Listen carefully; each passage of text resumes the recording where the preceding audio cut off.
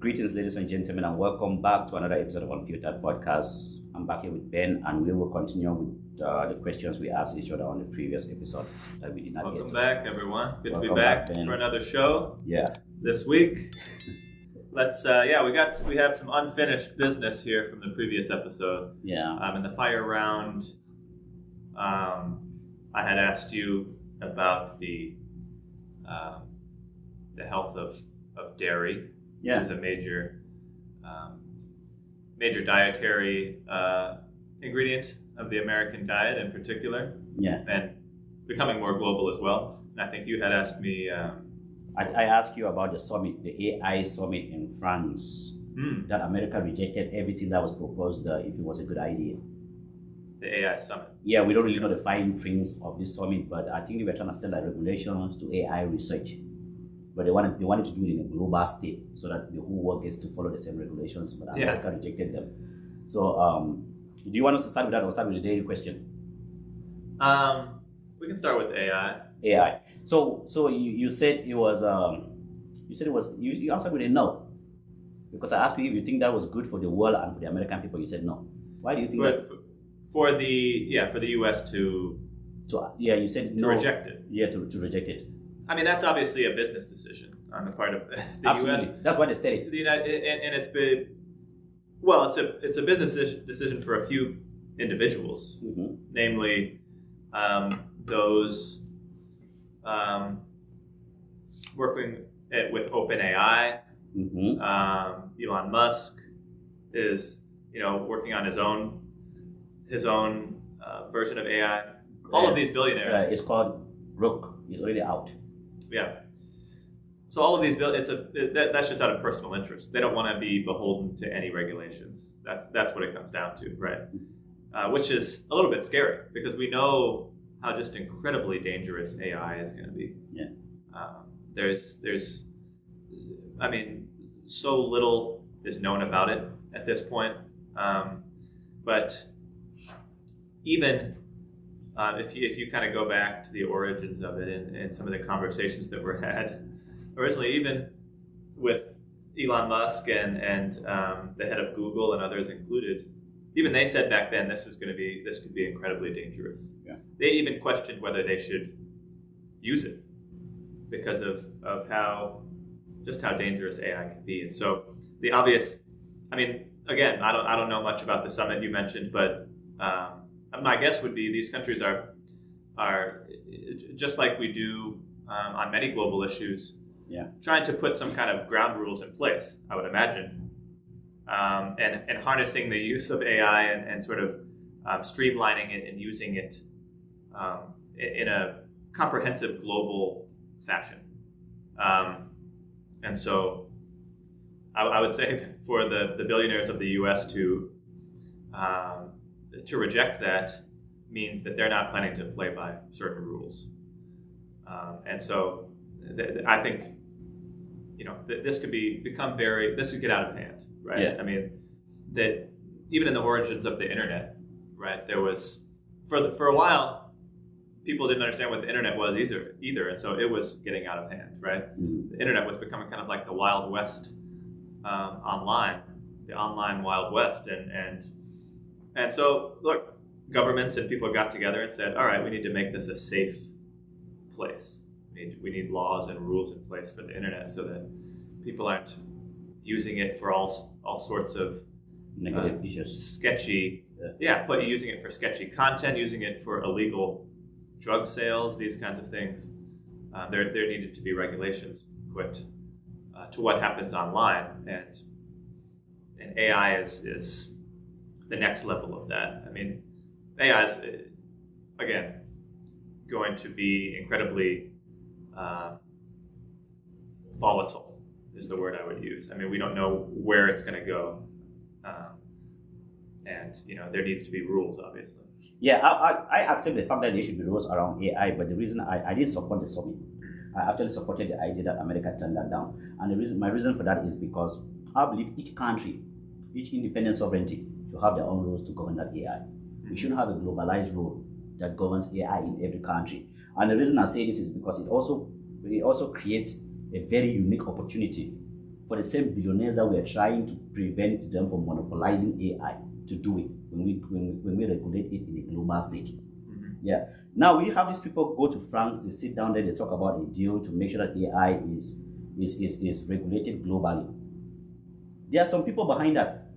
That's something I need people to understand. These politicians don't just come together and suggest something like that because they just care about the people. No, it's impossible. That's not how they operate. There are some people behind that, and these people that we think in America, well, if it's regulated, these people will not end up making money. These billionaires that are worried about making money off AI and all of that, I still think even if it's regulated globally, they will still be the ones to make money off that. They will still be able to find ways to bend those rules to still be able to research AI. But now the problem is people like me and you that might be interested in investing in AI in the future, we might not even have that opportunity. So that's why I think each independent sovereignty should create their own rules to govern how AI is approached. We should not do it on the global stage. We should not have China, Russia, France tell us how to research AI in America. Yeah. Everybody should decide their own rules within their own sovereignty, how they see fit. Well, so, I think we clearly, need more detail on what this summit would really involve. But yeah, what we do know from the words of Sam Altman himself, who's the CEO of OpenAI, they're not intending for there to be any access to this outside of their own. What these large corporations want to do is control AI to their own benefit and be that. Because, like I said, AI is going to produce probably the first ever trillionaire.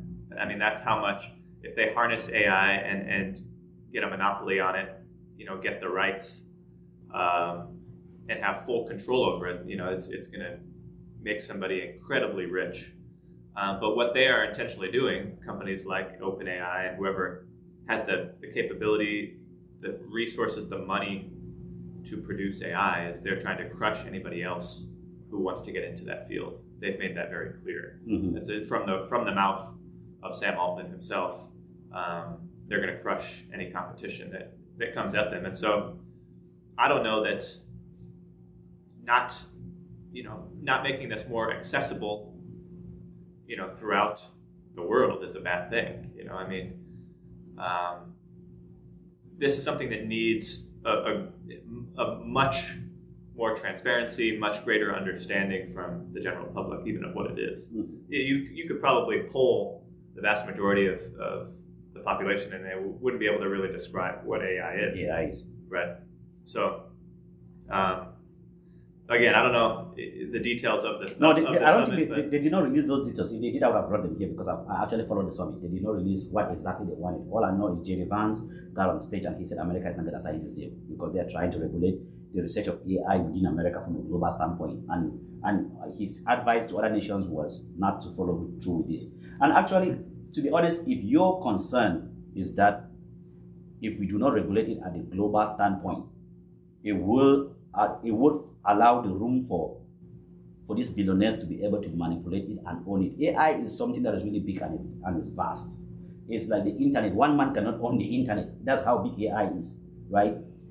What they can do is you can advance your own tool with your own resources and send it to the public and make the public use your own tool, same as these social media applications we use. There's Facebook, there's Instagram, there's TikTok. You could create your own today.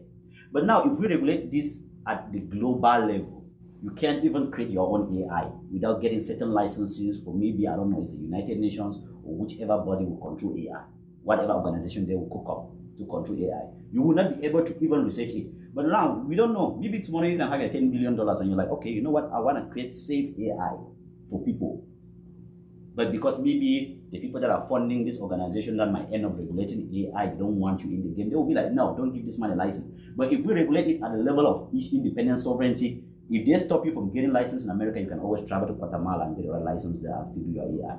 You can travel to France and get a license there and do your AI. I think it's instead more dangerous when we have a one globalized law over something like this. But that's what happens when one corporate interest is able to monopolize. Is they get the licenses, and then anyone else who wants to participate has to go through them. That's the whole point of these billionaires trying to monopolize. I mean, you could look at that's what Microsoft did. Mm-hmm.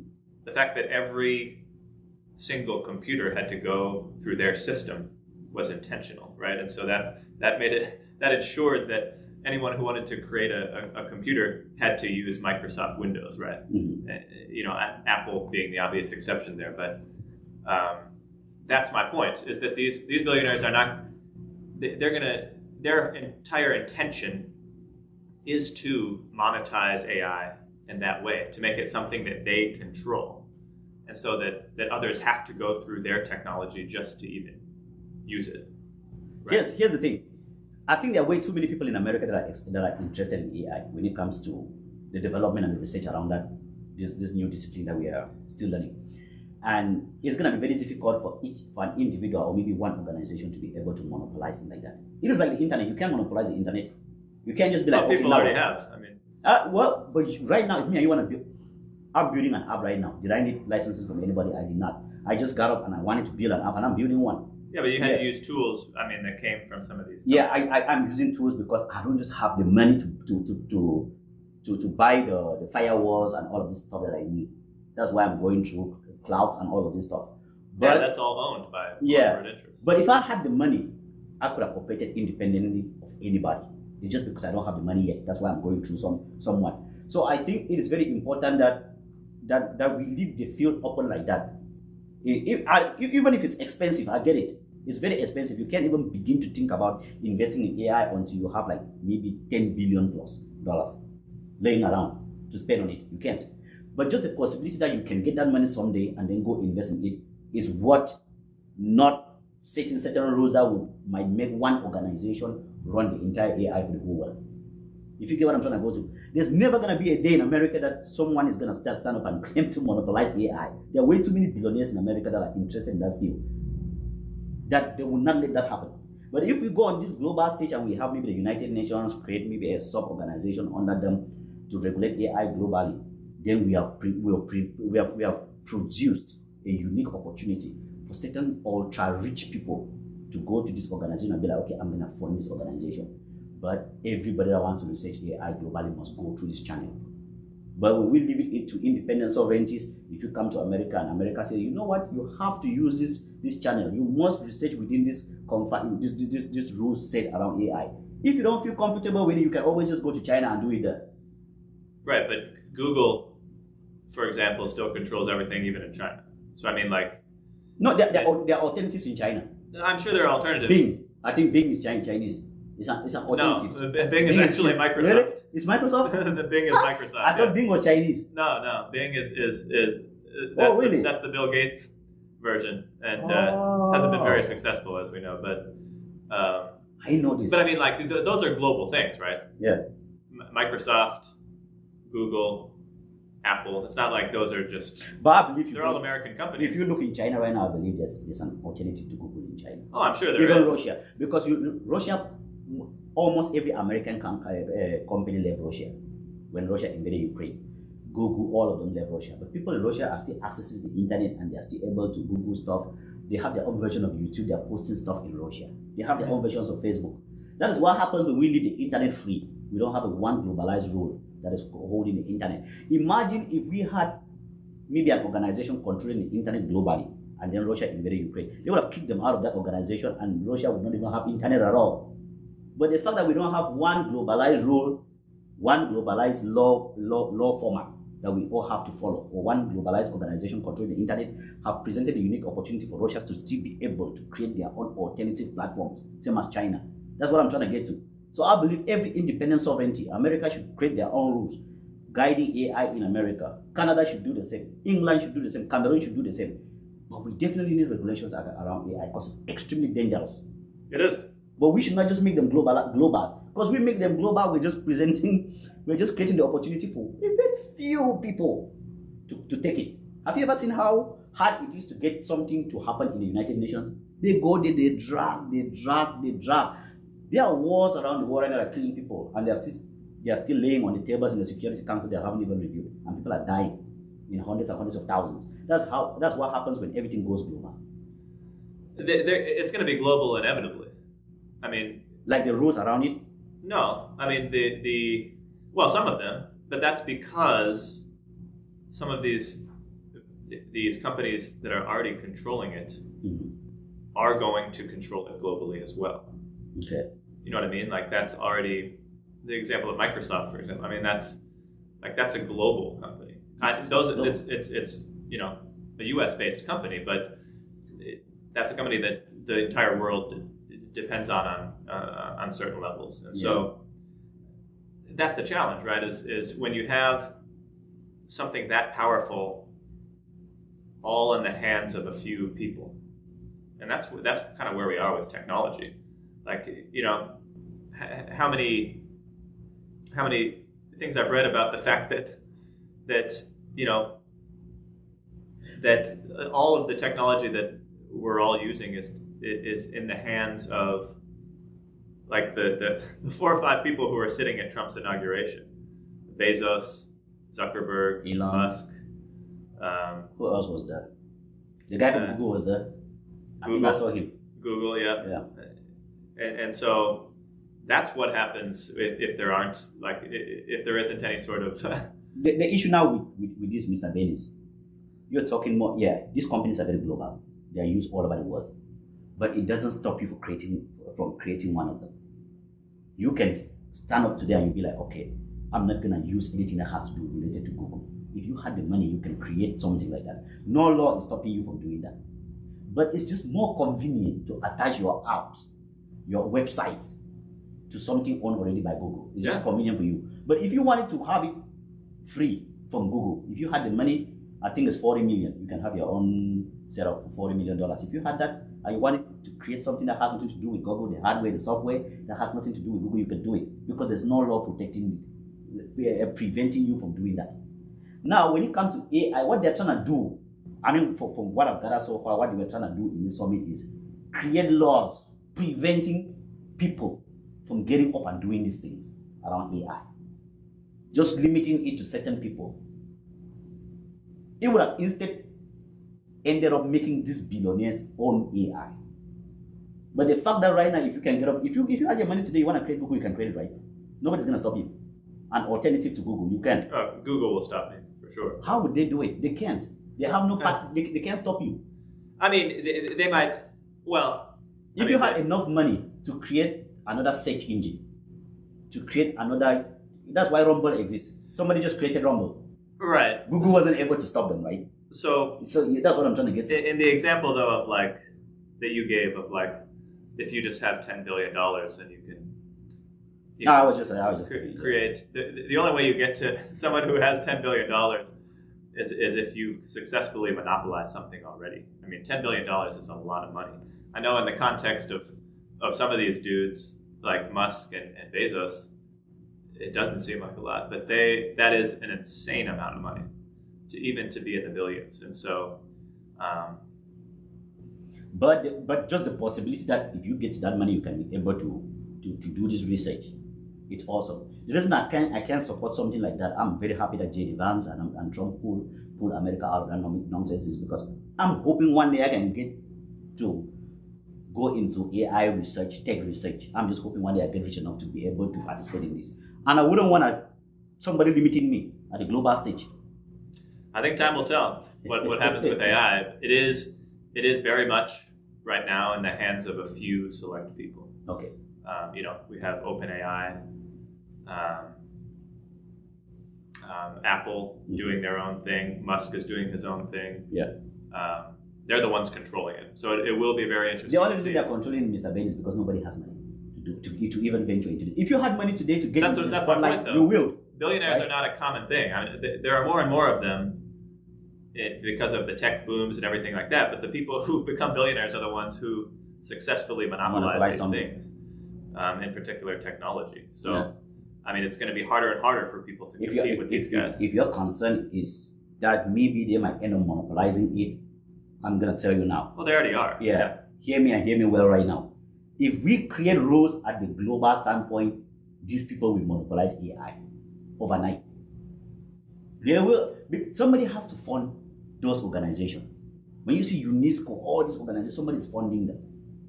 If somebody has to fund AI, Elon posts up the Google guy, and then whoever, what was the CEO of OpenAI? Sam Altman. Sam Altman. If they come up and they're like, okay, we're gonna fund this organization and we want to have a say in it, I don't think anybody's going to say no. What they would do at the global standpoint is be like, okay, funny, but now these people will have full control over AI globally. I'd rather have them have full control over AI in America, not globally. Well, now we have an opportunity in France. No, I mean, competition is always the best thing. Yeah. Because it creates more healthy competition is always the best thing because it creates better quality at the end. If there's different companies competing for your business, they have to try to create a better product. Yeah. I'm just not convinced that these guys are not already trying to monopolize it globally. And we'll have to see what ends up coming from that summit, if anything. But I mean, it's always it always concerns me a little if the U.S. is avoiding teaming with other countries around the world. I mean, isolating ourselves is not a winning move. I understand. Yeah, we may feel, especially in this particular area, because all of these major tech companies, so many of them, not all, are U.S. based, and so the attitude is maybe why do we over 80%, so almost all anyways. Yeah. So time will tell. All right. In the same line of questioning, there's a subsection. Trump, I think it's around January 22nd. He signed an order putting out, I think it was about $500 billion to invest in AI infrastructure in America, in the private sector. What do you think about that? Again, I mean, I would have to look into it more. It's already in the private sector, right? So that's where AI currently exists. Yeah. It's not like any of these countries or any of these companies, rather, are public. So do you think we should, because the money he signed is our money, the right. $500 billion it belongs to the American people. Do you think we should spend that much money right now investing in AI? Do you think that's no, because the reason I don't, I mean, we need AI research if we're serious about controlling this in a safe way. But the money that Trump is using he's giving it to specific people, obviously, who he are his colleagues, and so that's going to go into very specific people's hands and be used for exactly what I was just describing, to try to so you don't license AI. You don't think American government should be investing in AI? I do think we should be. But that's the American government investing in AI. Like I said, I don't know what the stipulations are. You will have to do more research of this billions of dollars that he's sending. Because 100% we need safety. We need to be investing in understanding it, right? I highly doubt Trump has a very deep understanding of AI himself, and so all of us from a population level need to understand what AI is and how it can be used, and that's also important because the future of the workforce is going to become dependent on AI, and so we're hearing all about it, like how AI could replace jobs, all of this. If you, at the end of the day, it's not about being scared of AI and scared that it's going to just replace you as someone in the workforce, but whether you're in the workforce or not, you're going to have to be interacting with AI. And so even just to get better in your own field, we all need to be investing in understanding this stuff. And so if some of that money is going to educating us, then great. The U.S. government should absolutely be doing that because that's to the benefit of the American population. The issue the other reason that I co-signed that, I was really excited when I saw that, is because I know China is not going to spend any time. China is not going to be wasting time, and I know England is not going to be wasting time. France is not going to be wasting time. Everybody is a race to colonize AI right now. I'd rather America colonize AI than China. You get what I'm trying to say? Well, so that was my point, though. That so yes, let's invest all the billions we can in AI. Actually, I don't even care which company is taking this contract. As far as we get to have America on most AI levels, we get to give people 1,000 miles ahead of China and Russia and all this competition. That's all I need for now. We'll worry about the education later. Let's colonize it, because if you know exactly what AI stands to give this world, how deep AI can go. Imagine if China was leading the world in AI, which I think they're doing right now. I think they're doing Well, exactly that. Yeah. No, to your point, it's already being, in your words, colonized. Like this has been going on for years. The U.S. companies are not in any way falling behind. They're the ones who created it, right? So, but yeah, it absolutely is going to. Everyone's going to be competing there. So you agree with me that America should definitely be leading this globally? Yeah, we already are. Like we. Well, we have some healthy competitions, man. No, China is. Of course we do. Yeah, it's right there with us. If we just slack for 1 second, China will take over. Mm-hmm. Because unlike us here, we here worrying about all balancing all the equations with all political parties, making sure everybody is comfortable. China doesn't care. The communist government of China don't care. They see something they want to take it, they're going straight for it. They're spending billions and billions. They're not even listening to anybody. They're just going ahead. Oh, absolutely. Yeah. No doubt about it. So we're going to have to figure out a way to just coexist when it comes to this AI thing so that we don't let them take over. Because trust me, AI is going to be in the military. It's going to be in the healthcare industry. It's going to be everywhere. Imagine if China was to harness this power and fully use it before we even Well, it's going to be... AI is going to be creating software for us at some point too. I mean, it's going to be writing code behind applications. I hear some jobs like data entry. That position has already disappeared in America. Data entry analysts, they don't need people doing that anymore. AI has already taken over that, and a lot more. They're talking about AI, database administration. That AI is going to replace it completely. It's a lot of fields that are going to disappear because of AI. Yeah. So we wanna be the leaders in that. So that's what I wanted to state. So that's all in this line of questioning. Thank you. All right, thank you. Getting to the question I'd asked you, it's a health question. Oh, very important. Health. We try to address health on this show here and there. This episode, we're getting away from the politics, giving our audience a little time to breathe from all the political nonsense. Not that the food system in the United States is not political. There's some reality there. So everything. But what I asked was, is dairy, in other words, cow milk, is that healthy? Well, I answered no to this, but for the audience, I'm not really good when it comes to food. Ben is an expert when it comes to food. He's the one that I seek. I don't know about expert. He's the one that I do my research. He's the one that I seek for food advice. So I don't really know. I answered no because I've heard that consuming a lot of dairy is not good for your health. That's why I went with no. Sure. But I also understand the fact that you also need protein, and dairy provides protein, right? You also need protein, and that's another alternative source of protein. Sure. No. I'm glad you raised this point. Yeah. I'm glad you raised this point. Because this is all I really know about this topic. I don't really know much about dairy. Yeah. I'm really glad you started off with the protein thing because the number one thing I think that you'll hear from people when, like for example, there's a movement in the United States, people going vegan or people going vegetarian. Yeah. Because of just how terrible the meat system is in the States. I mean, it's very low quality meat that we're all eating now. But it also, the standard American diet is leading to all sorts of diseases. And the standard American diet, the SAD diet, as some people call it, is focused around having just a bunch of meat and dairy in the middle of your plate. And so that leads to disease. The argument here is not that everyone should go vegan, but it's that traditionally, and pretty much everywhere around the globe, it's mostly vegetables on the plate, and then you also have some meat. But the vegetables counteract a lot of the bad things in that other product. Anyway, before I start ranting too much, you mentioned protein, right? Yeah. So one of the biggest misconceptions is that the only place to get protein is from animal products like meat or dairy.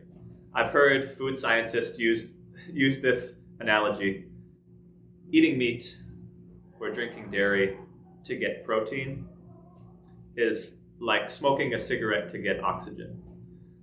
In other words, if you're inhaling a cigarette, you're going to get some oxygen through there while you're inhaling it, but you're going to get a lot of other things along with it, right? like the tar that sticks on your lungs, all these other horrible things that are in cigarettes that we now know You're gonna directly get nicotine in your bloodstream, man. that they directly cause cancer among many other health issues. And so the point here being that yes, there's protein in milk, but there's a lot of other very, very harmful things in milk. I'm just gonna get educated by you on this. Honestly, I have no idea what is in milk. I just eat the day. I just eat it. Yeah. Well, and yeah, I'm gonna, full disclosure, I eat pizza.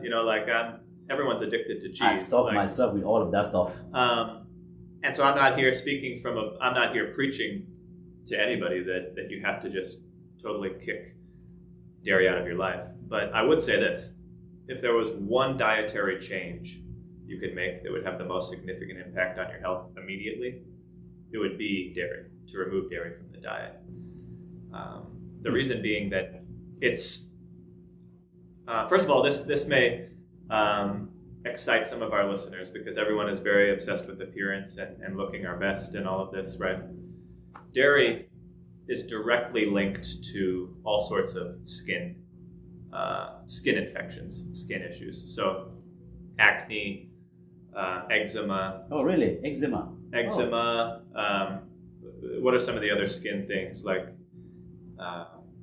What's the one where you get patches on your skin? I can't think of it, but every one of those is strongly linked to dairy consumption. And so there's something in milk. Could likely be because this is literally the breast milk of an animal, right? That for some reason humans decided at some point in history we should start consuming this. It's completely unnatural because. Well, wait, it's processed though, right? Like they kill the bacteria and they try to make it safe for us to consume, right? It definitely is processed, but the problem is there's so many things they add into this. For one thing, it comes with a lot of antibiotics. Okay. Because that are added onto it. But they're there unintentionally. It's because they're feeding the cows antibiotics to prevent prevent the cows from getting sick. Oh. But this is even a huge problem now is that humans, just from eating meat and having dairy, are developing antibiotic resistance, which would be a huge medical issue because the antibiotics can save lives. Like if we get a serious infection, the doctor gives us an antibiotic to kill that infection. If we suddenly become resistant to those antibiotics, that means they're no longer useful. So that's getting a little bit too deep into this. But the point is, dairy is strongly linked with all of those skin issues. If you want to look your best, if you're having some of those issues, eczema, acne, any of those types of issues, try cutting dairy out of your diet. It could make a huge difference. The other thing that you get with dairy is an incredible amount of saturated fat. And so the number one cause of disease in the United States is saturated fat. It leads to heart disease, which is the number one killer. Leads to other issues that you wouldn't even imagine, like dementia is actually caused by things happening to your arteries, which prevents blood flow, these kind of things. So many of the number one killers in the United States are caused by saturated fat. The number one source of saturated fat in our diet is dairy. So like cheese, milk. So again, not coming from a place of preaching at the audience and saying, I'm perfect because I'm still on cheese. But just, for the audience's awareness, probably the single most simple thing you could replace in your diet is milk. Because there's so many alternatives to cow milk, right? You could go out and buy oat milk, almond milk, soy milk. Those will be much less harmful. Wait, oat milk doesn't have any... Completely dairy-free. Really? Oat milk is literally, they just soak it. How is it milk if it doesn't have any dairy in Well, it? it's not milk, right? It doesn't come from an animal. Yeah.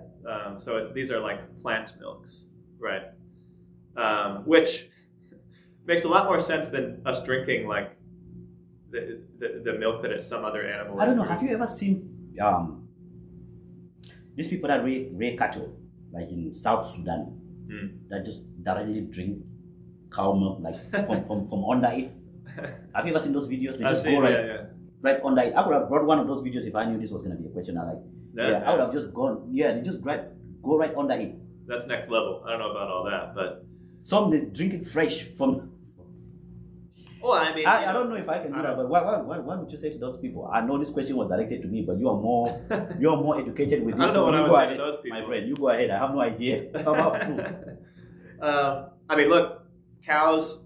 Some people don't even understand the very basic concept that cows don't produce milk just because they're cows. They produce milk because they're mothers.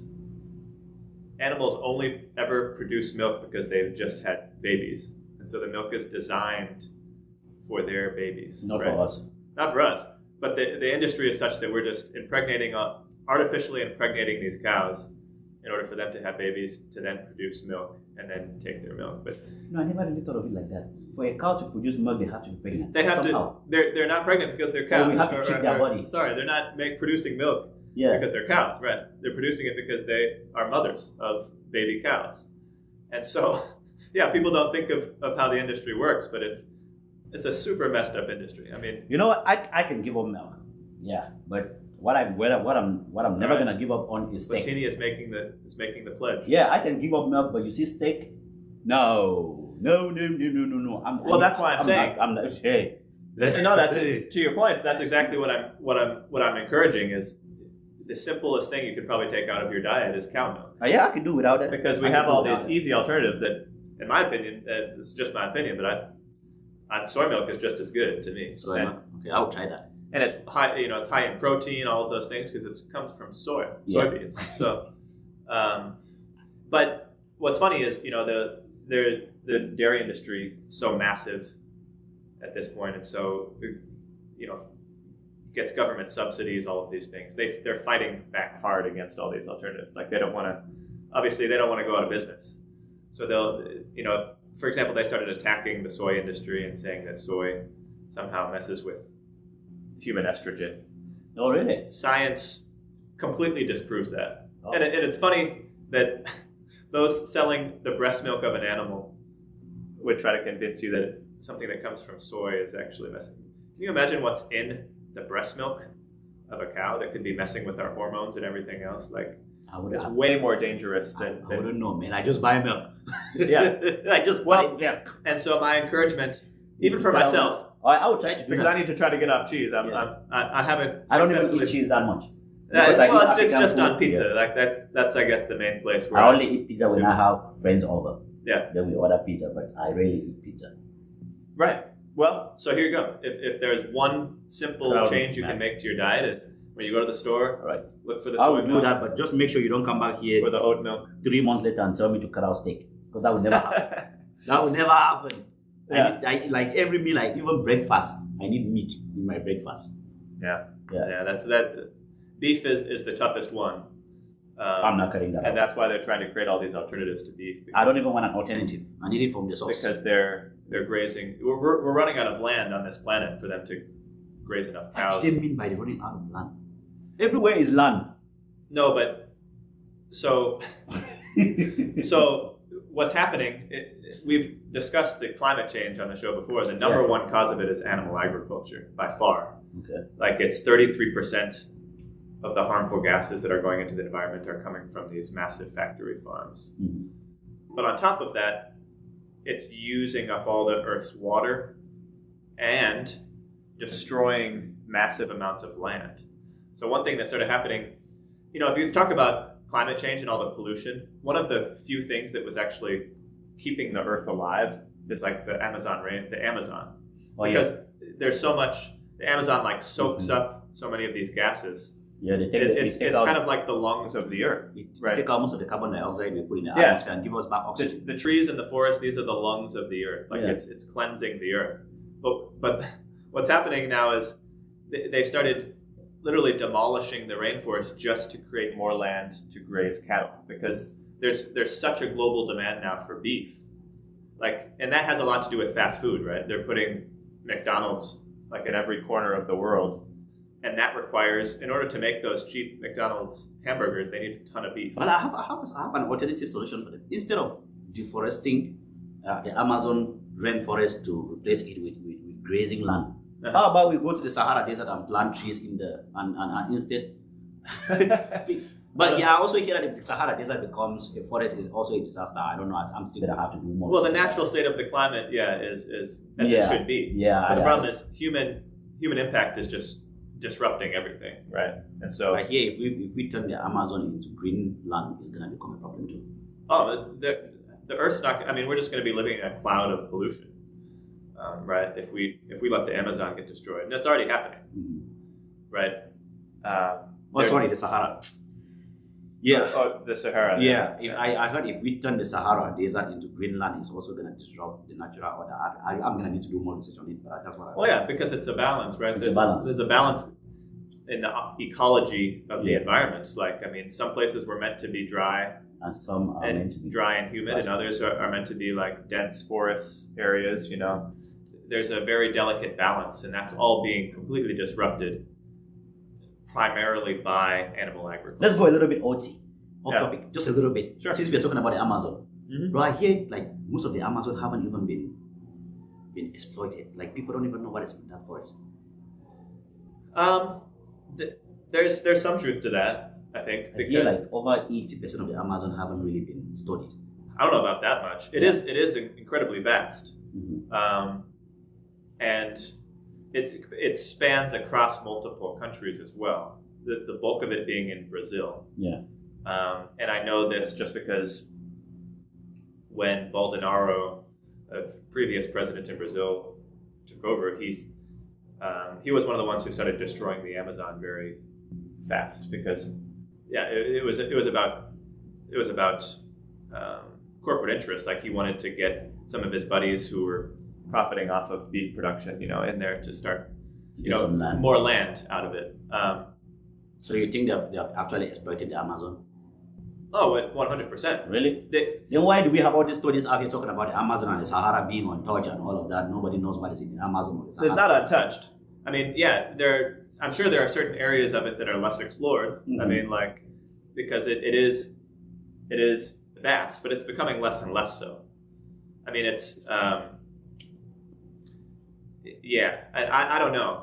In this day and age, in 2025, how much of that is still I still even hear there are some tribes in the Amazon that have not made contact with us, that have no idea about this technology. We have electricity, phones, and all. Oh, well, I'm sure there are still tribes. Then imagine the amount of archaeological knowledge that can be buried there about the lost history of humanity, because I only hear our history recorded from 500 years up till now. Yeah. So we have a lot of history gap that we don't know how we got here. So why are we not exploring the Amazon to see if maybe some archaeological knowledge can give us more depths into Amazon and Sahara? I know the Sahara is just a harsh climate. Nobody's willing to go in that time. Mm-hmm. But anyways, that's off topic. Sorry. Well, no, it's true. What's interesting about it is like so much of certain healing medicines and stuff that we found are like from. Oh, really? Well, from exploring places like that, where you find things that have been growing there naturally that we haven't harvested yet. I mean, so it's fascinating to me as well to imagine what could be buried in those places. What could be buried there. The problem is, the more that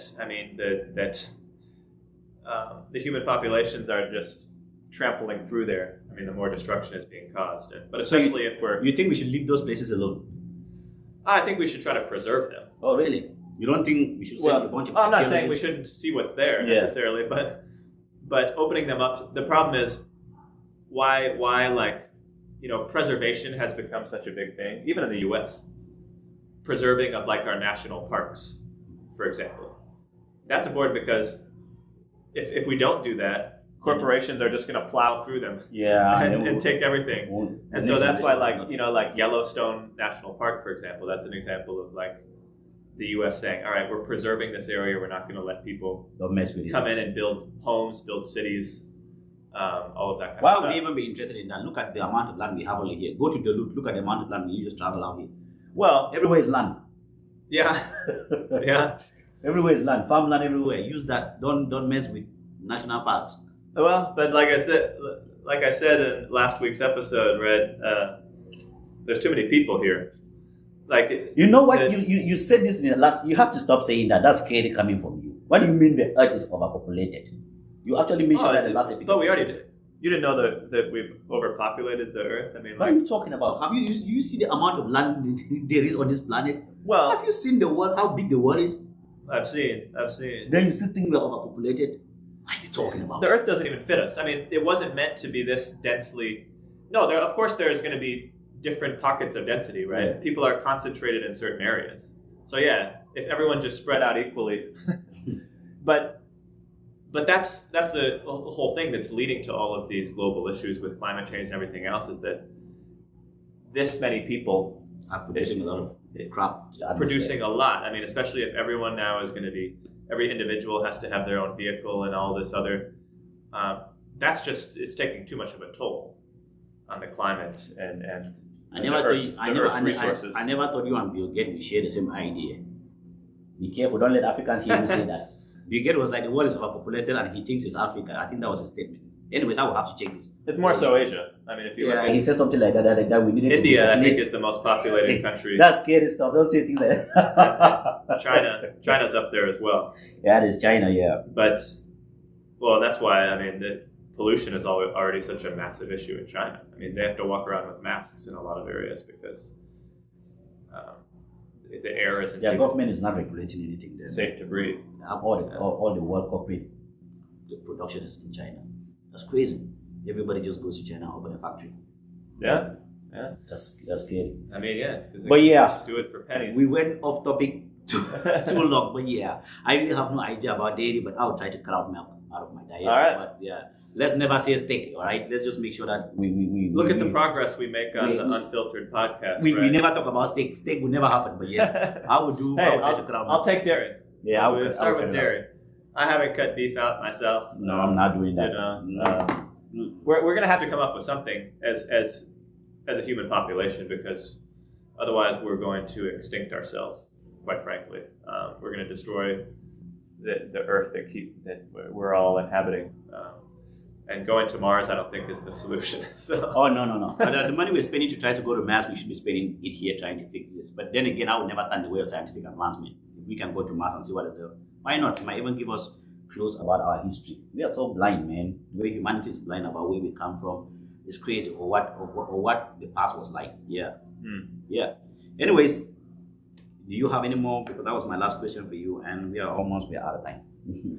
We're at time. Yeah. We know how to talk. Yeah. Thank you guys so much again for tuning in today. Thanks all. We have a lot of questions that we didn't get to go through again. We will carry them to the next episode. And continue from there. We'll talk with you all next week. If there was anything on this episode or previous episodes that caught your attention, that interested you, that you felt strongly about, please let us know. Please let us know your feedback, your thoughts.